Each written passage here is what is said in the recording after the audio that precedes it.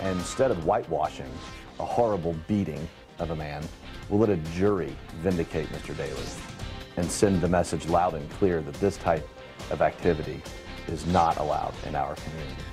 Attorney Sawyer Smith says his client, Dennis Daley, was brutally beaten a year ago last September by a deputy during a DUI stop that led to broken eye sockets, a broken jaw, and shattered cheekbone.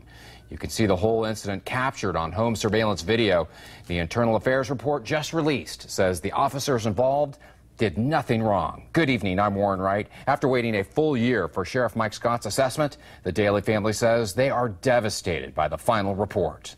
I'm scared. I feel like I have no protection. Dennis Daley says it's a nightmare that's haunted him for the past year. This home surveillance video details every second of the violent climax between Daley and Lee County Sheriff's deputies the night of September 21st. They didn't do anything to protect us. They beat my husband to a pulp and they took him away. It all started that night when Karen Daley got into an argument with her husband Dennis, who took the keys to the family van and left the house. He had been drinking, and she called 911 because she didn't want him to hurt himself or someone else. After being notified Daley had been drinking and there were knives and a machete in the van, the deputies spotted him on Palm Beach Boulevard and followed him home. In the deputies' sworn affidavits, they say they ordered him to stop, but he ran towards the house, seen here in this video. The Internal Affairs report says Dennis pushed himself off the wall outside the front door, causing himself and Deputy Sherman to fall to the ground. The video doesn't show clearly everything that happened while they were on the ground, but you can see Daley's foot sticking out behind the bush while he takes what looks to be 7 repeated blows to the face from Sherman. Both of my orbital eye sockets are broke. I got a crack from here to here, and my cheekbone actually went in and down.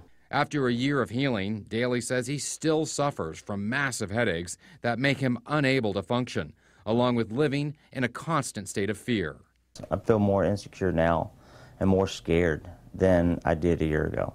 Just released, this Internal Affairs investigation finds the deputies involved were not in violation of any improper conduct.